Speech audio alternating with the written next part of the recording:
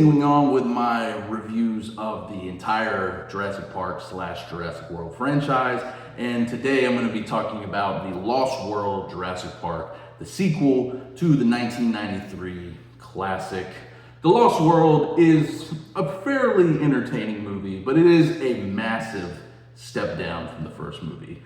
With this one, you just don't get quite the same feeling that you did from that first movie. Once again, it is directed by Steven Spielberg, so that is good. And there are good elements to this movie, but overall, it just feels like there's something missing from it. It doesn't quite have that magic that the first one did. And that's a shame because, obviously, especially in the 90s when you had sequels and stuff, it was always about you gotta go bigger, you gotta go better, you gotta improve and just elevate everything. And with this movie, they try to do that because they bring in more dinosaurs, more people to get killed, and just more of everything. And unfortunately, that doesn't always equate to being better.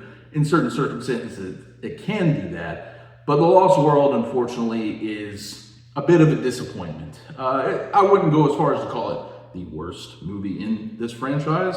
I wouldn't call it in the upper tier either. It's kind of somewhere in the middle. You know, it gets by because it does certain things well, but in other cases, it just fails in other areas. One of the biggest flaws of the movie, I would say, is in the character department. The characters in this movie just don't hit the same way as they do in that first movie. You do have Jeff Goldblum returning as Ian Malcolm. Great to see him, although it does feel like he doesn't really want to be here. He feels, throughout the movie, it looks like he's tired and doesn't really care to be in the movie.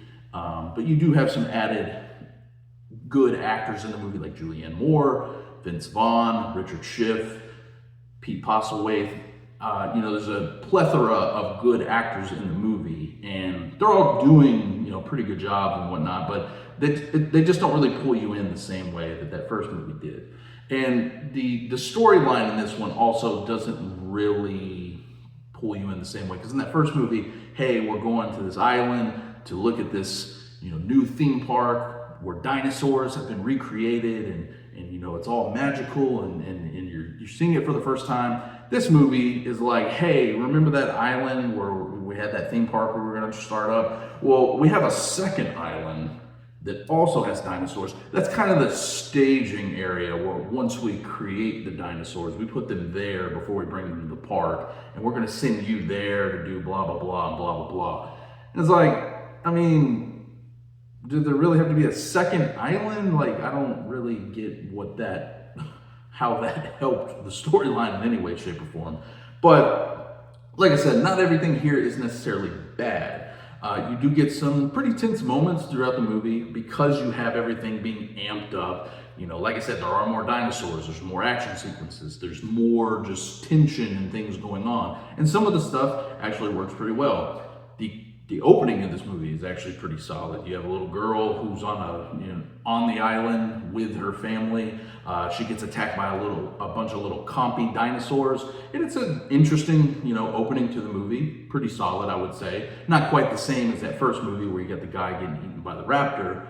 Totally different, but it still works for the most part. You have some really cool deaths in this movie. People getting torn in half by two T-Rexes, and people getting chomped by T-Rexes, people getting hit and stuff by raptors and whatnot. So there's definitely some elements that are cool, and there's nice things to look at. Most of the effects here I think hold up for the most part. There's definitely more CG in this one, although they are still using animatronics and puppets and things like that. So there are a lot of practical effects still used here, just not as much as what they had in that first movie. So, everything that worked well in that first movie just takes a few steps down. And it's unfortunate because there are times when sequels can be better than the original.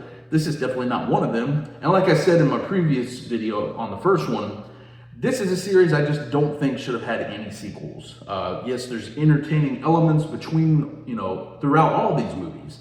There's something to like and enjoy to varying degrees, obviously, but it just doesn't feel like it was ever necessary to really go past that first movie.